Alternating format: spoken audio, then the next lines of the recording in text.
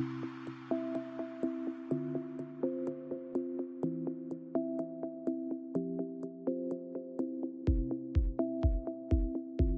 afternoon, everyone. I am Tony Russo, and welcome to the Kates-Boylston HR and Leadership Forum virtual event. Today we have Wanda Sizemore and Spencer Larkin from Envision Strategic Partners. We're going to have Spencer up first, and during his presentation, if you have any questions, you will see there's a question button on your right-hand side. And let me just go ahead and hand this over to Spencer, and we can get everything started. And again, if you register, you will get a copy of this video emailed to you. And if you have any questions, of course, the presenters would be happy to answer them. Now, let's get Spencer started. There we are. Hello, Spencer. Welcome. I'm sorry it took me so long to get you on there, but here we go. And you are now the presenter. Okay, I am going to show my screen. There we go. Yeah, we got to blame Wanda. It's her fault. She called it. We practiced yesterday and everything, and she said the last couple I've been on, I've had technical difficulties. So yeah, okay. Hopefully hers goes swimmingly. All right. Well, thank you guys very much, and take it away, Spencer. All right. You can see the PowerPoint now. Okay. Yes, we can see it fine. Thank you. Perfect. All right. Well, we are so excited to be here with you. And we're going to be talking about balancing care and growth. I will be taking the portion retaining talent.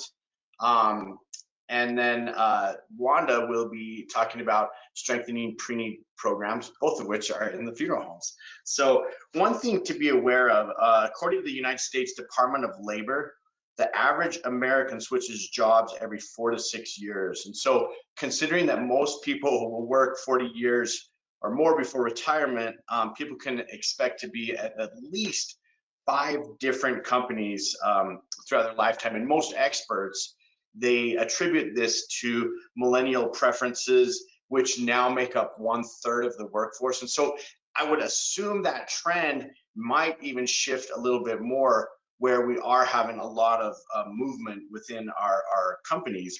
So fortunately, at this point, the trend doesn't hit the funeral industry quite as much as other industries, but like with many other trends, it seems like we're catching up to them. I know that back a few years back, it wasn't as much where we were still sticking with the traditional business and the model of the past, but we're moving on with technology, with lots of different models, having to create margins and those types of things.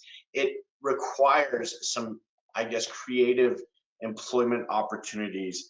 And so we're going to talk a little bit about how we can do that the best. But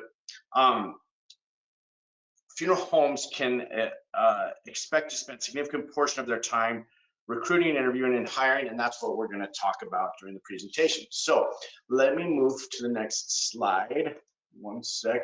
So there we go. And then we will have a question and answering at the end, but that'll be more for Wanda's, and mine will be real time. So I'll be watching out for any of those questions. My name is Spencer Larkin. I'm the Chief Executive Officer here at Envision Strategic Partners. I've been in the industry for about 28 years full time.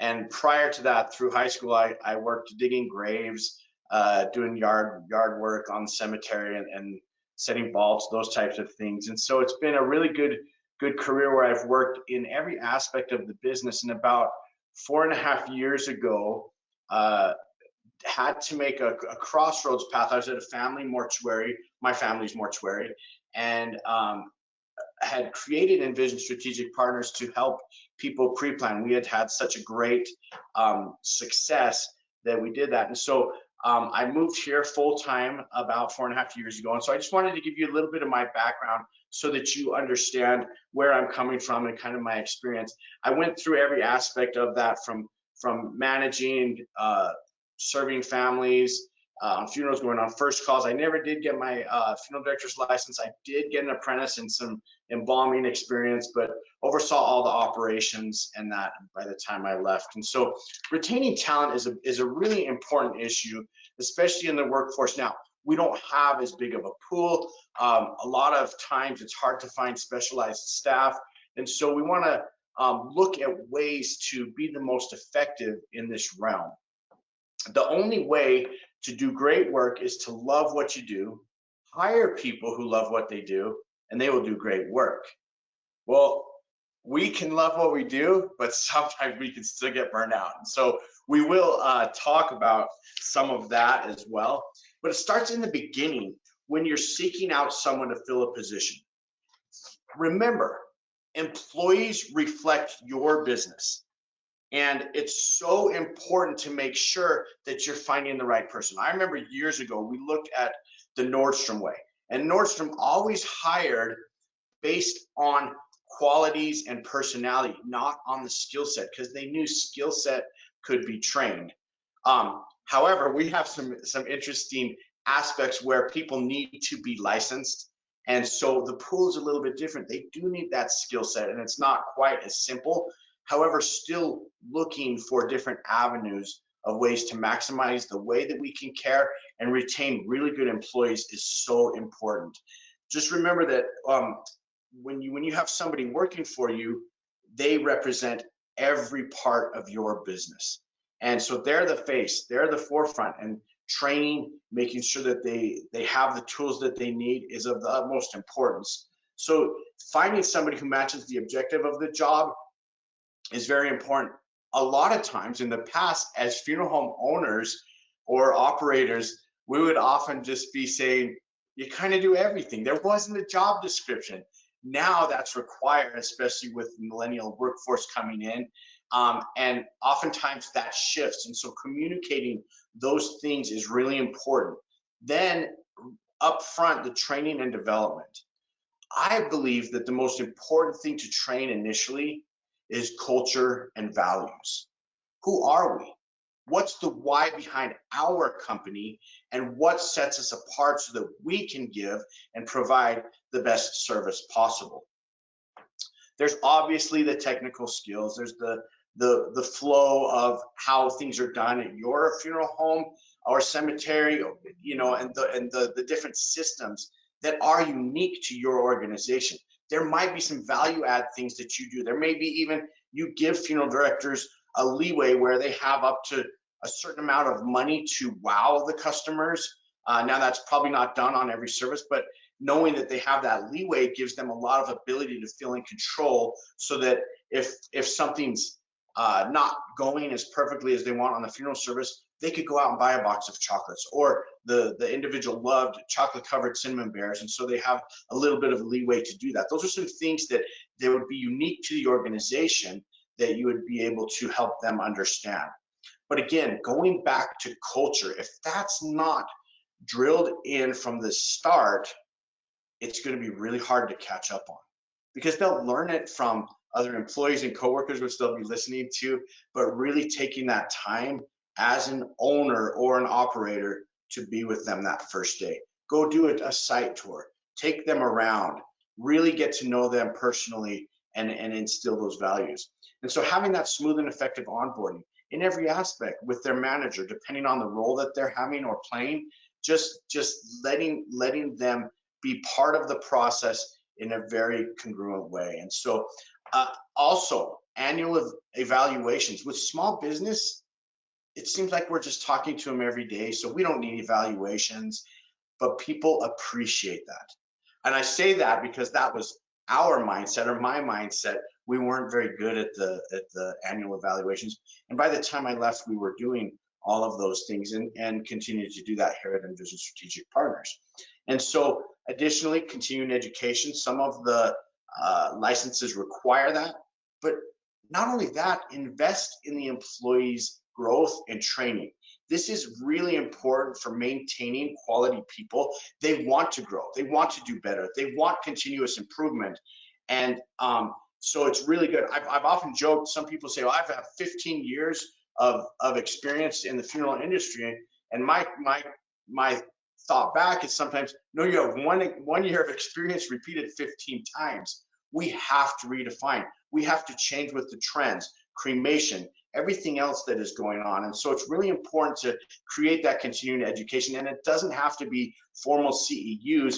It could be just improvement plans. It could be the different trends. How are you going to present to a family, and are we making that consistency? What about the warm up with the funeral arrangements, or how are you parking the cars at a funeral specifically? There's so many details, and everything, the I's have to be dotted and the T's have to be crossed on every aspect of the service, because you only have one shot.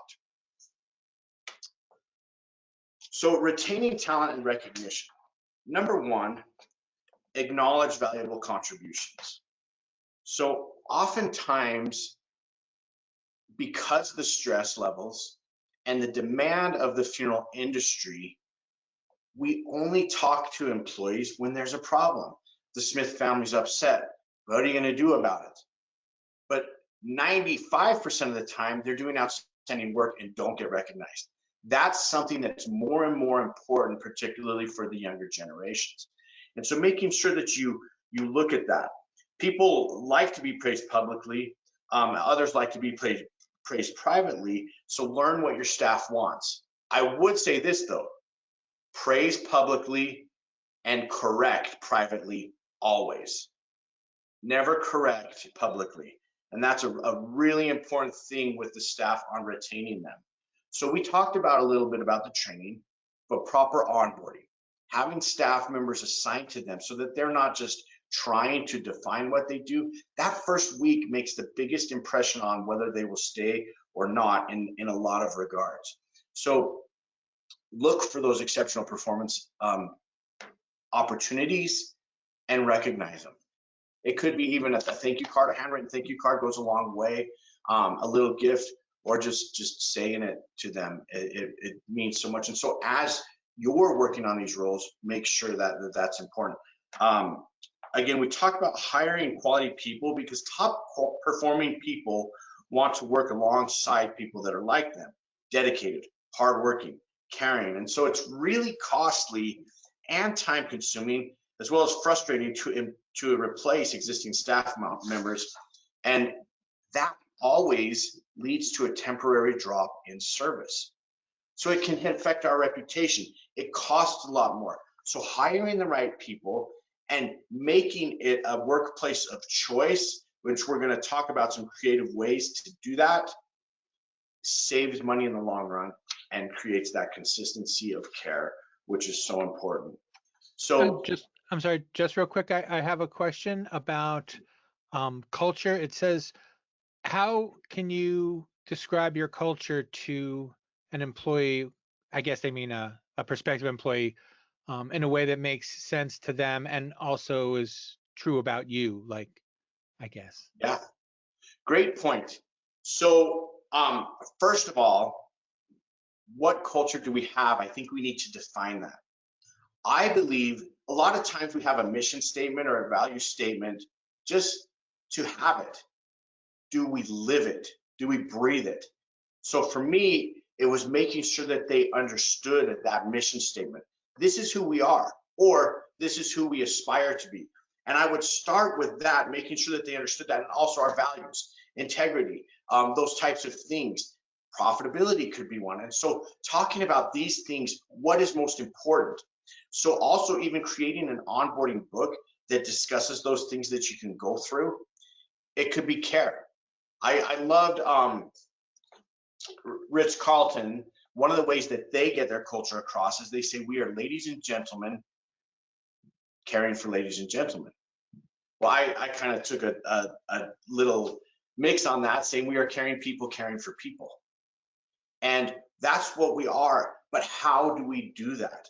And so really, really talking about that again, I think getting to know them, letting them get to know you, but then getting to know the company. But it all revolves around the mission and the values, and do we live it? Does that answer the question? I'm assuming yes, because we're kind of just going through. There weren't any follow-ups, so I guess that's a yes. Perfect. Yeah, thank you, Tony. So again, learning how they want to be recognized. We talked about personal notes, kind words from a client. If you're surveying your families and their name is mentioned, do you recognize them? What we implemented was on every survey that their name was mentioned, we would give a $5 bonus, which moved up to a $10 bonus. And at our monthly meetings that were held with all staff, we would give that money out, and everybody would clap, and it was really awesome. But we would talk specifically. We would share some of the feedback from the family, and so making sure that they know that we see them, that we understand what a great job they did for the family and how they can help. Another thing that you could do is use social media to celebrate your staff and their contributions. On your Facebook page, a highlight. I've also seen other funeral homes. I was at a French funeral home. We were in a study group together, and they had cards that had the employee's picture and told about them, and it also had like values, a value statement about each person. And so you could give that to them if the person wasn't there, but also just introducing them to staff members was very, very beneficial. And so there's other ways, as far as social media, you could put something like that on, highlighting them, a spotlight. Also with a new employee, sometimes doing a mailer, introducing them if they are known in the community at all. So any questions at this point? Tony, I'm assuming you'll just bring them up when they come. So, okay. Creative compensation and work schedule is number one, tailor benefits to the employee's needs. A funeral director that has school-age children, morning shift, afternoon shift, evening shift, when I first thought of that, I was like, how could we ever work that out? Well, part of it is we could give some specialized skill sets for different staff members, making them part-time. We use in Utah, because we didn't have to have a funeral director's license to serve families, we had funeral arrangers, and so it could be a little bit more of a flexible schedule, as well as an embalmer. If they're just doing embalming or some of the prep work, could we schedule those hours around that? And so now that it's not the funeral director of old where they had to do every single thing and get burnt out, we can utilize them. And sometimes we can save on employee costs with benefits and those types of things. But I'm a boxer, and I love a boxing quote that says you can be the jack of all trades and master of none, or master of few and jack everyone. And if we can help them to stay in their lane, we can give them some flexibility, like scheduling, which was unheard of in the funeral business, because we're available 24/7. We had an employee that was here on a student visa and worked for us, and was filling out all the paperwork to get the working visa, and didn't fill it out correctly, and so she actually had to move back to Mexico, and she started her own company, and we were able to help her, use her as a vendor. We've actually tried to hire in that position and haven't found people, and so she's a vendor that we're able to still work with, and hopefully she'll make it back to the United States and become a full-time employee again. But that was something really good. Some of the perks that a lot of companies offer, like a tech company, they might have on-site yoga, they might have childcare or gyms on site and that type of stuff. We as funeral homes can't compete with that directly, but some of the things we could offer is gym memberships. We could, like a stipend for that, counseling services for burnout, which now a lot of health insurance plans offer. We just need to make sure that we educate them and give them those resources. Maybe if the funeral home is slow, a spontaneous afternoon off with pay, where you can just go out, because we know so often we're getting called working 12 to 14-hour shifts. That's hard. And so having those spontaneous afternoons, it's something that we can do. In the past, you'd have people just at the funeral home sitting around, and we just need to be creative to make sure that they have those opportunities. The good thing with our profession is most funeral professionals don't view this as a career. they view it as a calling. But because of that, it can also learn to be a burnout because they care so much. Caregivers take care of everybody else, but not themselves. And so I remember I would ask people, what's the root word of vacation? And they kind of come up with different things. It's vacate. I would ask them when they go on vacation, turn off your phone. Don't check your emails. Vacate everything so that when you come back, you can be better, more engaged, and more involved. And so that's really, really important, is helping them to take time off, to step away, because when when you're a funeral home owner or operator, that phone's tied to you 24/7, and you have to take away from family time. You have to take away from different things. If there's a friend, the first call, you're getting those all the time. And so it's really important to help them balance with some of these meaningful perks that can be creative, and you can figure those out on your own too. It could be something like a gift card as well. So those are really, really important. Next, I want to talk a little bit about promoting the value of funeral service. Why is it so important? We know now, back several years ago when cremation was, everybody thought of it, oh, it's just a cremation. And we had a lot higher percentage of people just doing direct. And now we're having so many more services because people see that value, but they need to understand the why. And I wanted to talk about one family. I was actually doing what we talked about with the culture. I was taking a new employee around to all of our different locations, and there was a family that came in, and I was the one there. So I ended up serving that family, and it was a minister, and she was very savvy, had helped with so many funerals. And so when I started to talk, she said she wanted cremation. We'd done a little bit of warm up, but she was pretty cold and not real open. So as she brought up cremation, I said, there's a lot of options with cremation. She said, look, I'm a minister. I know how to do this. Don't try to sell me, anything extra. Let's just get down to the nuts and bolts and be done. I said, okay. So as we started to go through everything, I just continued to present all the options. And by the time we were done, we had a great relationship. I knew a lot more about her husband, but she was so standoffish. They ended up having a funeral service, the cremation, and then they actually had a memorial service after. And so it went from, I just want a direct cremation, to getting a little bit more. And I had to get my hand slapped and do that a few times just to make sure that I was presenting what she needed. But that was so important. We had another service. Again, being creative on this gives staff a lot of enjoyment in their job, knowing that they've changed someone's life. We had a family where there was a biker, and he had passed away, and his young 14-year-old daughter was having such a hard time.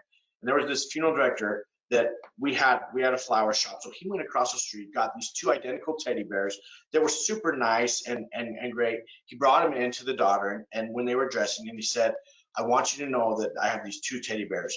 One is your father's and one is yours.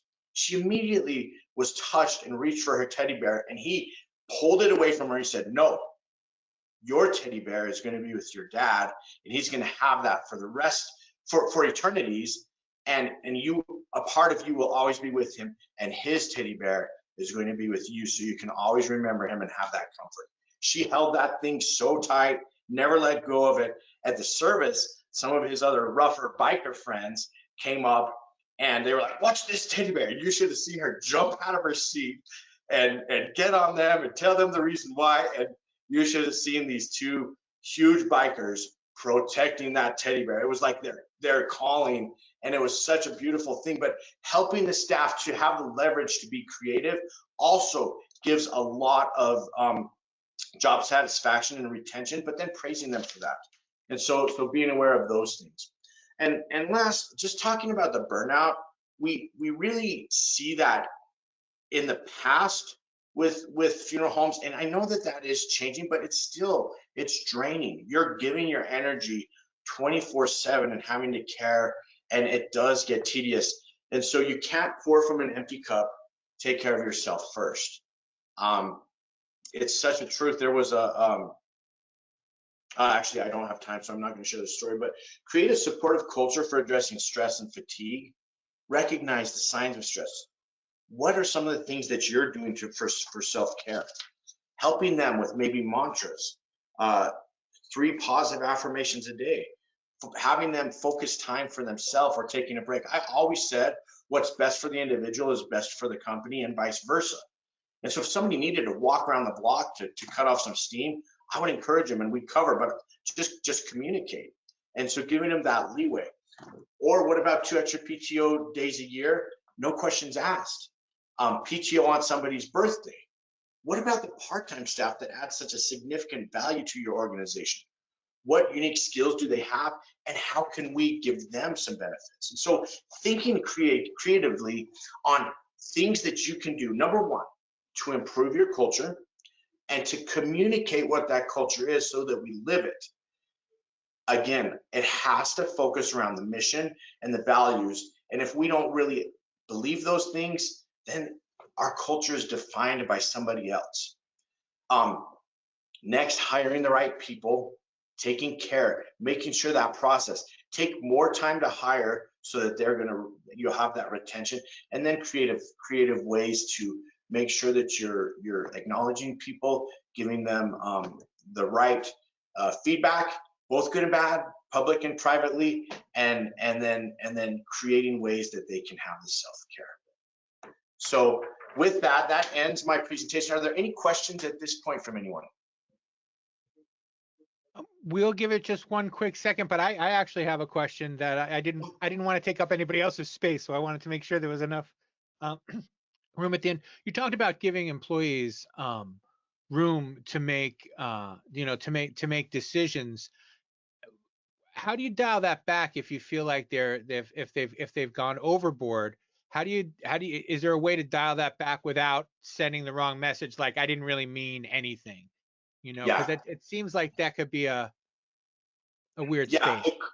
They could say, well, I wanted to give a discount because the family, and so if you see kind of patterns, it's always patterns, good or bad. They might be using that as a crutch because they're not having the conversations that are actually needed. At that point, you could coach, help them develop. Also, you have a limit.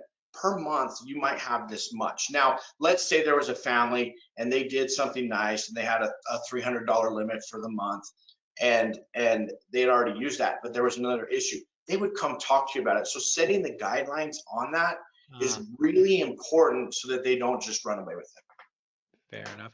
Okay, if anyone has any questions, please, you can type them where it says questions on the right there in that place. Okay, no, it looks like I asked the best question and they're intimidated by me. So I'm sorry to have intimidated everyone with my fantastic question asking, but I'm gonna dip out now, and here's Wanda, and hopefully nothing goes wrong. Hopefully I took the bullet for you, Wanda. That's what I'm hoping. But here you are. You definitely did. Let's start there. You guys just blamed everything on me. So last week, I had the good fortune of doing continuing education 4 days in a row with Homesteaders Life Company. I retired from Homesteaders Life, so and that's something that I did. So I get to continue to do that. But every single day, I had technical difficulties, and I was merely talking about it here, and therefore I got all of the feedback on that, all the blame. Excuse me. I have to start by saying I do work at Envision now. I am retired from Homesteaders. How about Spencer? You can only imagine the culture that we have at Envision with Spencer being at the helm. His happiness and his enthusiasm is almost infectious. So I really love working with Envision and with Spencer. So a little bit about me, so you know where I'm coming from. In 1997, I started in the preneed department in a small town in Indiana, at a small funeral home in a small town in Indiana.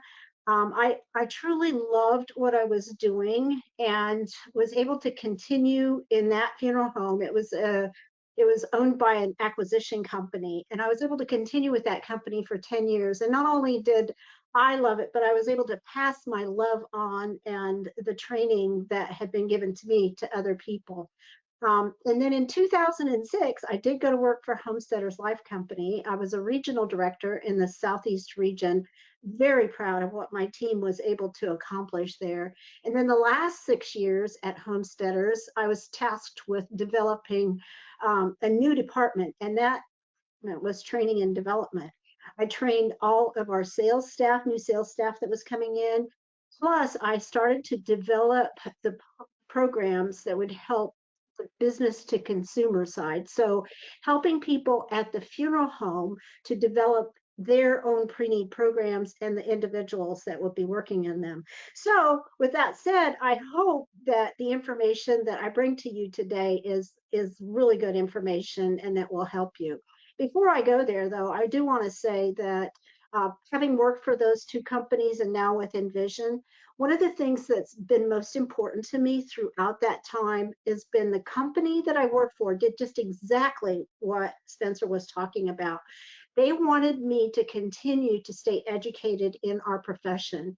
And what that meant was me attending conferences and being on committees and participating with NFDA and ICCFA. That is how I was able to not to remain relevant, I guess I should say, because what I did in 1997 was not the same as what we must do today to be able to achieve our goals and strengthen our pre-need programs. So let's go ahead and get started talking about strengthening our pre-need programs. I was just getting ready to say Spencer's driving for me, and I don't need any technical difficulties right now after what they've said. So the first thing is, why would you even build a pre-need program? I think that based on what I've seen over the many years, that consumers really do demand having pre-arrangements available to them. Some don't know about the offerings, but we're more and more out in our communities and we're talking about the offerings. Many people that come into the funeral home to do their pre-arrangement, they're doing it for emotional reasons or to provide some peace of mind for themselves and for their children. But not only that, some come because of the financial aspects of it. There are many funeral homes out there. I would say most funeral homes still guarantee their funeral. So if you pay for it today, your family doesn't have to pay anymore, with the exception of some cash advances. And I'll say with the exception of some states too. So I don't know where everybody's from today, but that would be the case with the cash advance items. But we know historically that families have put protection in place for all kinds of events that might happen, such as the house burning or the car crashing. But today what we're seeing is more and more people are looking at putting their pre-arrangements in place as well and to have those paid for. And that's something that we know is going to happen. So consumer demand is really very, very important part of why we should have a program today, a pre-need program. Customer referrals, they're also extremely important. Like I said, I did work at Homesteaders, and Homesteaders does a pre-need motivators survey every few years. And to me, it's fascinating because what they do is they'll talk to 800 or 900 people, between 800 and 900, I'll say, because it does vary every single year. They'll talk to people who purchased a policy from Homesteaders. So the insight that we're getting from people who actually purchased a policy is it has to be spot on. And what I have found is so interesting is how much it had changed over the years. So I think they started it in 2012. But when they do it, you can actually look back and see what's changed in different categories. Again, keeping up with trends and what people want, meeting them where they are is really important. But referrals, let's just talk about referrals. In the probably the most recent survey that they did, it showed that 60%, or right around 60%, of the individuals who had planned and paid for a funeral, they planned to tell somebody or already have told somebody about prearranging and the positive experience that they had. Because 99% of them do have a positive experience when they prearrange and pay for their funeral. So that referral from somebody who's already done it, that becomes really important. So we do need to ask. So that leaves 40% who are not likely to suggest it to a friend or talk about it with a friend. But that number being the good side, the 60%, that's why we should talk to the customer or the client that we're meeting with today about referring friends or other relatives. It also helps us to generate revenue. It's something that's really important to all funeral homes. And with pre-need, the revenue is rather immediate. If you sold something last week, you're getting paid for it this week. But the revenue can actually support your pre-need program. So the investment isn't huge. You don't have to go out and have nothing and hire somebody to do all these different things that you want done in your pre-need department, which we'll talk a little bit about later, and actually have to pay for it out of your pocket, because the commissions that come in are usually significant enough that they can support those programs. So the generating the revenue is really important. And securing today's buying habits is also very important. We continue to see the cremation going up and the services going down. We're working hard at helping people have services for all the right reasons, having that healthy grieving to begin when that service takes place. And we're getting better at it.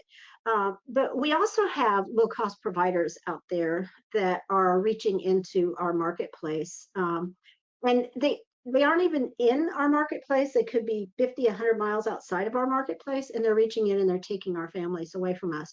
So securing our buying habits for today they're important. I always say this, and where do I get my information from? You might wonder that. I used to do continuing education in person, and I could have a class of 100 people. And this is just a few years back. It's not been that long ago. I would have a class of 100 people, and I would had the opportunity, because I had that platform, that focus group, so to speak, to ask questions. And one of the questions I would ask is have you lost any families to somebody who's outside of your marketplace? And I would say, and again, this is not scientific because I didn't count their hands, but I would say that 80% of them said that they had. So if you think it's not happening in your market, I think that you might find out at some point in the future that you did lose a family and you did lose it to that low-cost provider. So having that person that you want to actually serve, doing a pre-arrangement and paying for it's important, because if they haven't paid for it, it's still up for grabs. I'm just telling you. And then it plays a vital role in the long-term security, making sure, I think, again, none of what I say is I can't really support it, but I have worked in the funeral profession with many professionals for a long time. But putting in as many as you're taking out is really important. So if your pre-needs are becoming at needs and you're not replacing those pre-needs, that will eventually show up. Understand your market. The first thing I think when we think about our market, we need to think about our competitive landscape. Some of us maybe don't think we have a competitor in our community, but then there's that provider that comes in from outside of your market. So you may have a competitor, but I think that you need to talk about with your staff. I think you need to talk about the competition in your marketplace.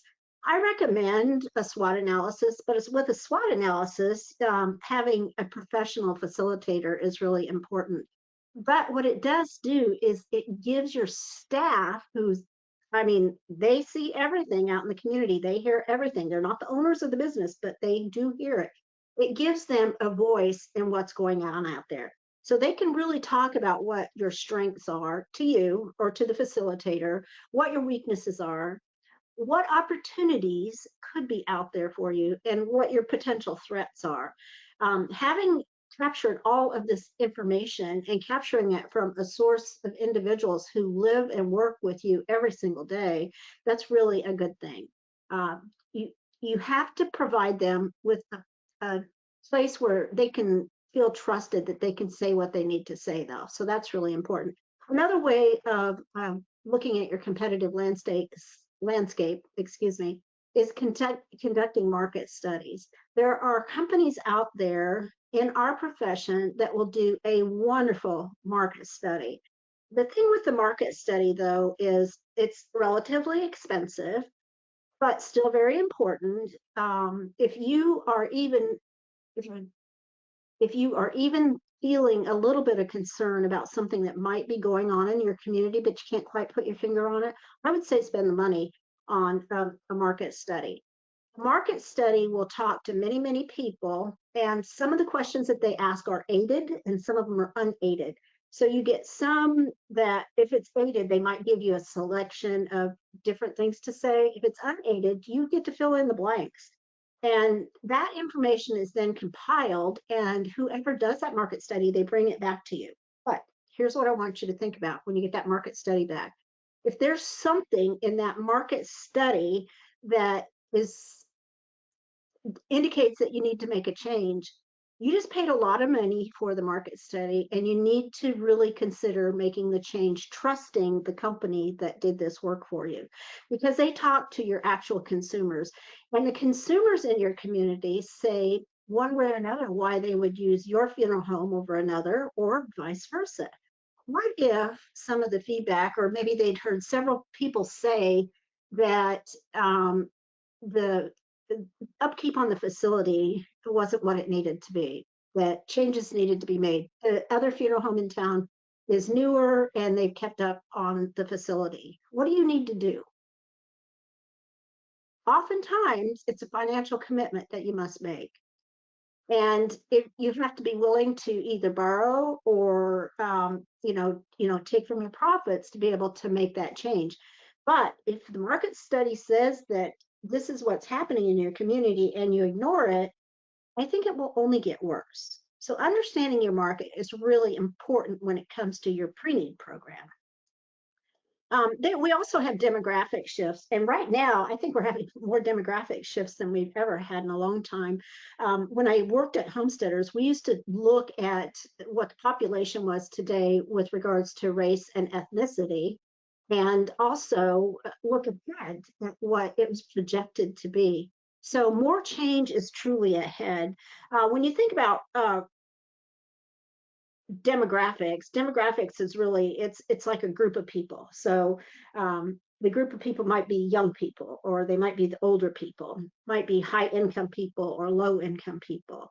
Some of it might have to do with their background, but then you can layer race and ethnicity on top of that as well. Race, of course, is the personal attributes of a person. They might have brown skin or they might have black skin. Their facial features, or the structures, the bone structure in their face, that could indicate, what their race is. But ethnicity is different. Ethnicity is the cultural attributes of an individual. That would include the language that they speak, the traditions that they might have, family heritage. They're tied together in many ways, but those are the things that I want you to take a close look at if you want to target that particular demographic in from your funeral home.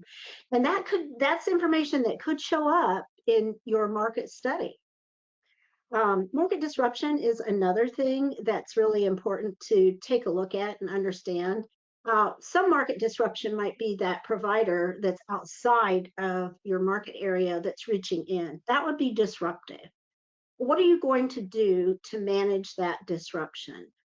There's a lot of different things you can do depending on what the situation is. So knowing what the situation is first, and then exploring opportunities to be able to move forward and make that more in your favor is really smart thing to do.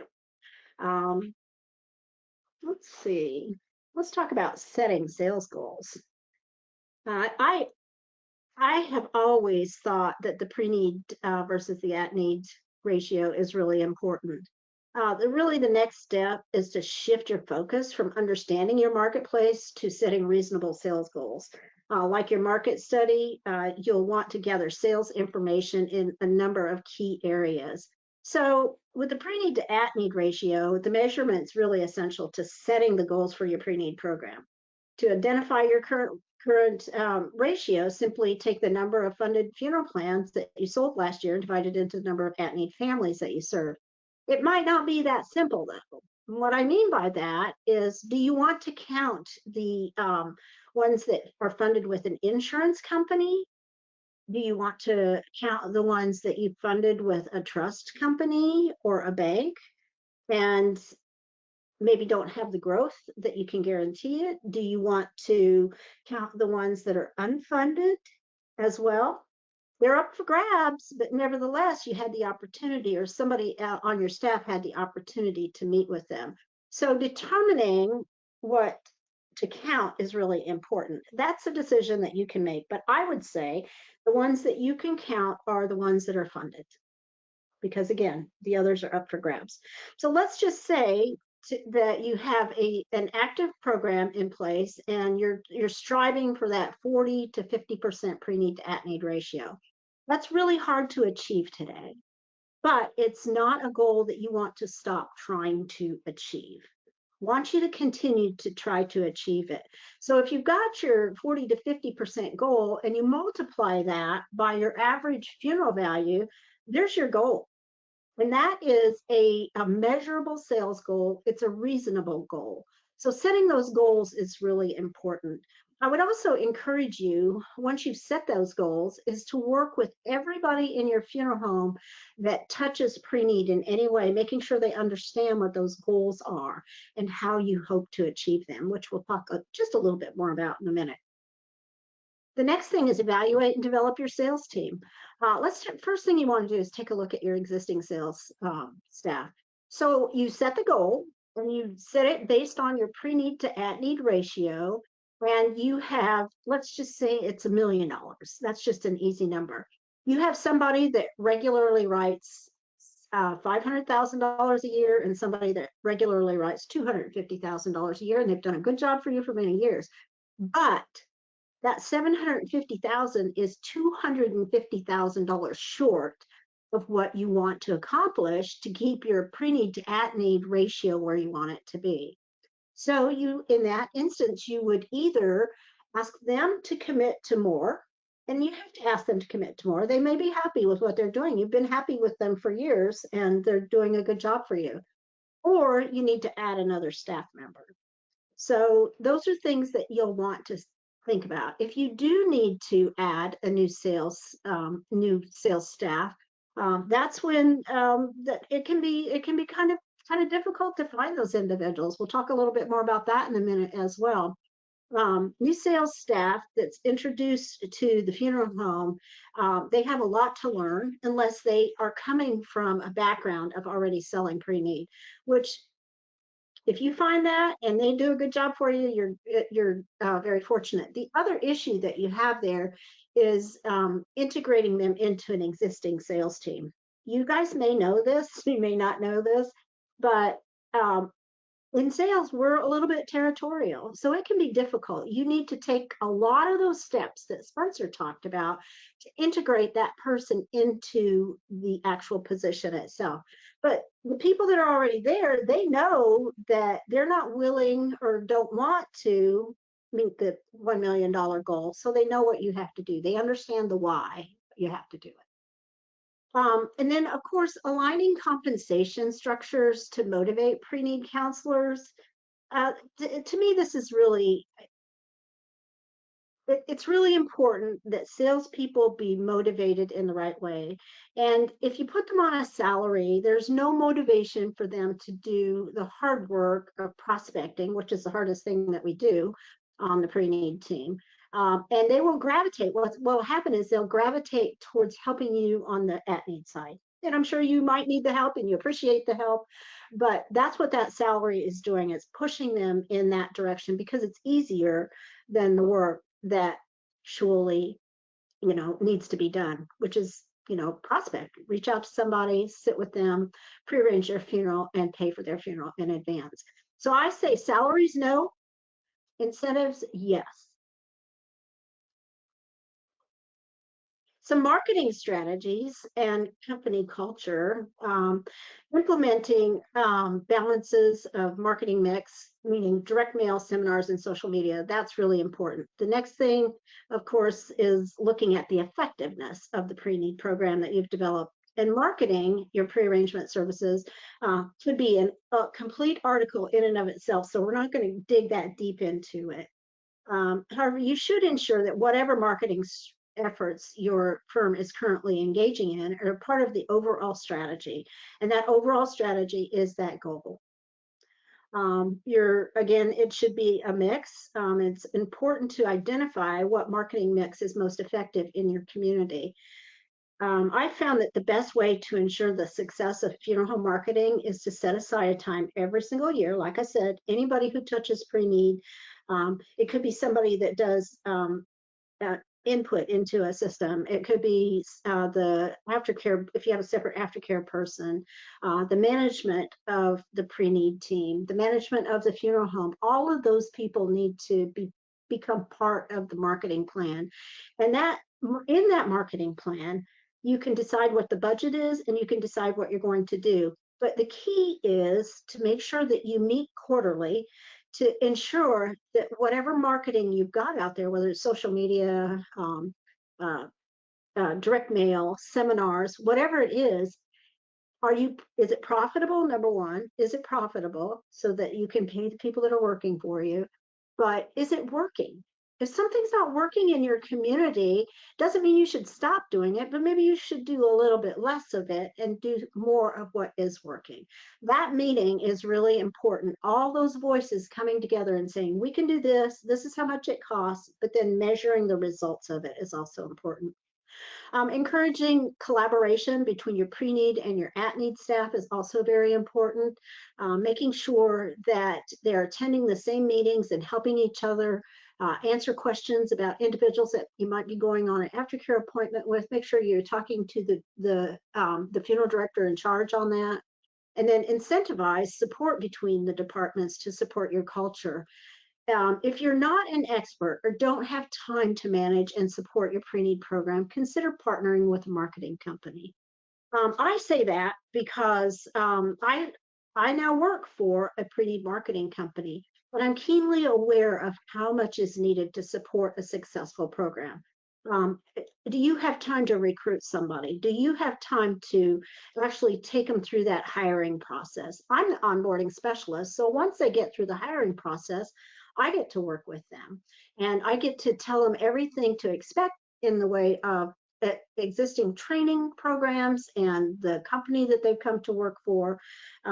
Training is probably the most enormous accomplishment that needs to take place in the funeral home. And if you feel that that's too much for you, I would say to align yourself with a pre-need marketing company. And when you're aligning yourself with a pre-need marketing company, make sure their values match your values. Make sure you talk about what you expect, make sure they can meet those expectations, and go ahead and get started and take that off of your plate and put it on theirs. I'm ready to take questions now. Excellent, because I am ready to give them.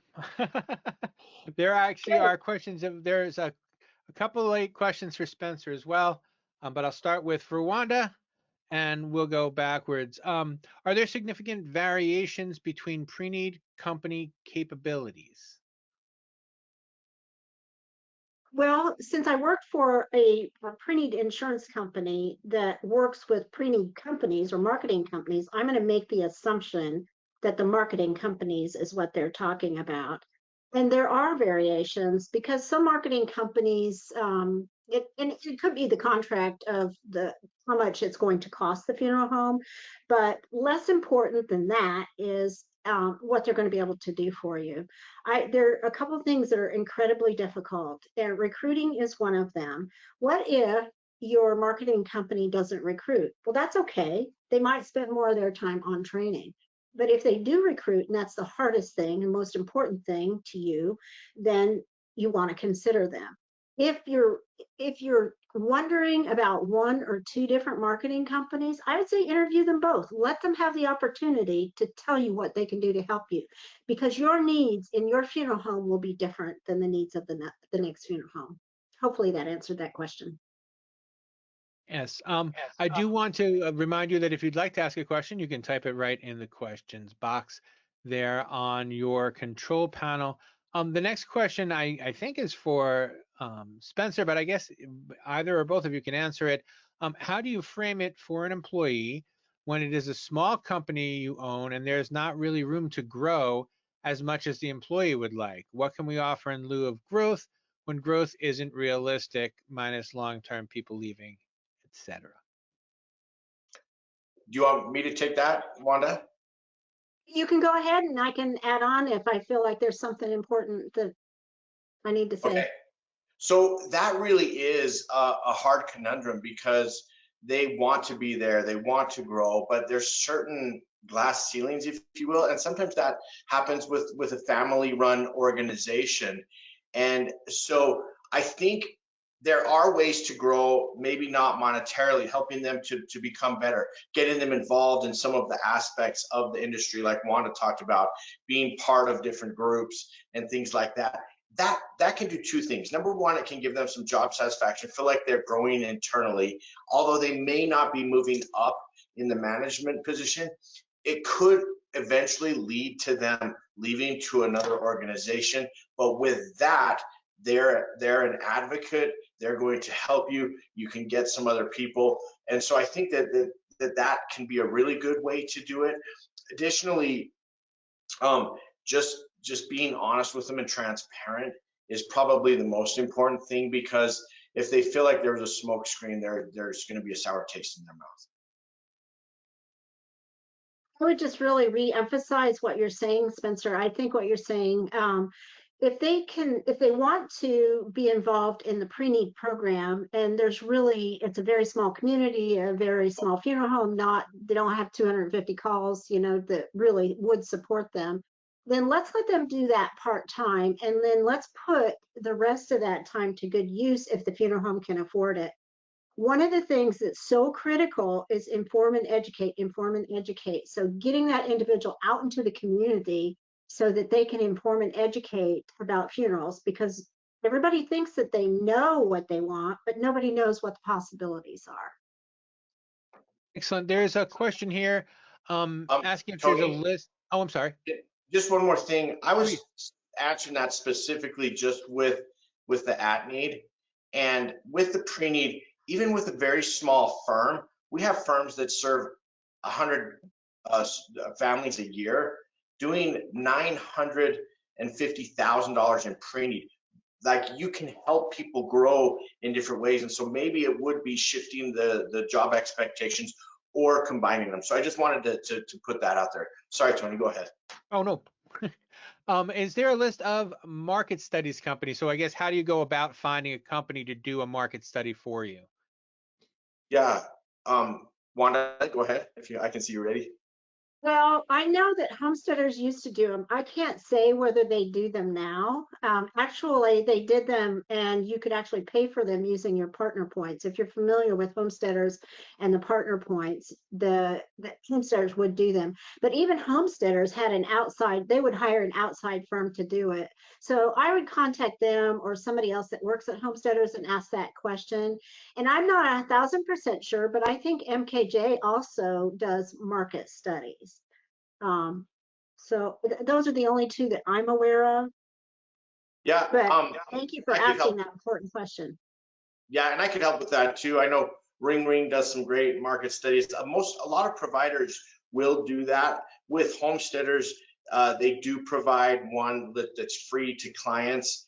We can also help with that in regards to getting those market studies done. We also did some study groups where we would hire people and do those focus groups with clergy, with influencers in the community. Those were some of the very best market studies. Another thing that we did that was really good on the at-need side is I was in a study group, so I had some good friends at the time. We would go to each other's locations and shop them anonymously and then give feedback. That was a market study that was more like hands-on, but getting it from like a owner of another funeral home in another state, that was invaluable. Excellent. There's another question here. I'm sorry, the follow-up on that was specifically for funeral homes, but I think you guys, I think you answered that question specifically for funeral homes, right? I think that was just a delay between the question and the answer. Within HR and the death care profession, are you seeing trends that current decision makers should be aware of when retaining quality talent for your funeral home, cemetery, or cremation facility? That's a really good question. Yeah, I'll let you take that one because it's right up your alley, Spencer. Okay, I think with that, there are so many trends. Number one, there's consumer preference trends that also affect the individual. There's trends of wanting more personalization from the employee and from the customer, and so they want more flexibility. They want more say. They want their voice heard.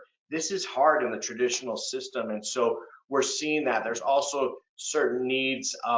Like we talked about with culture, but with some of the demographics, that's shifting a lot. Not only within the funeral home employees, but also with the people that we're serving in our communities. As most communities are having just an influx of different cultures, learning that and helping them to get better is really important. Now, I think I kind of answered some of it, but will you repeat the question one more time? I think I missed part of it.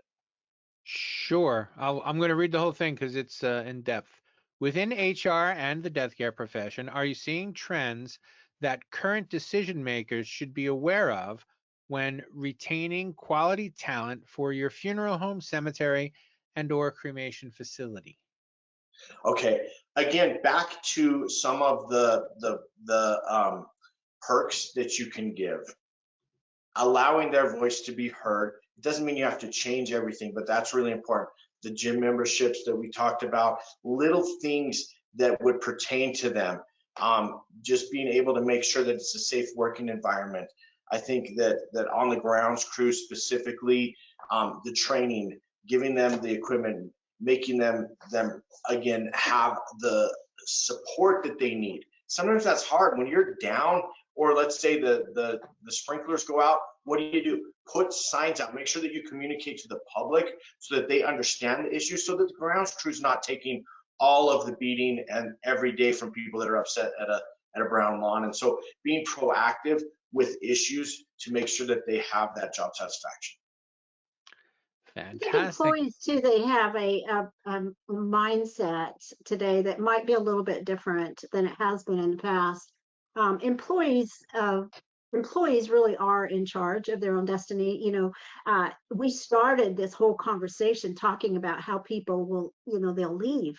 They'll go to their next job. So making sure that you're meeting their needs. And I've said this for a long time, and I still believe it, because the young people that we're bringing in, they want to be trained for their next job. And if you're training them for their next job, 100% of the time, they don't want to go anywhere. Very cool. And do we have any more questions before I pull into the station here? It looks like we've got them all answered on my queue. Give it another couple seconds in case anybody wants to ask any questions. But in the meantime, I'll thank you very much. And you can see that everyone's contact information is there on your screen.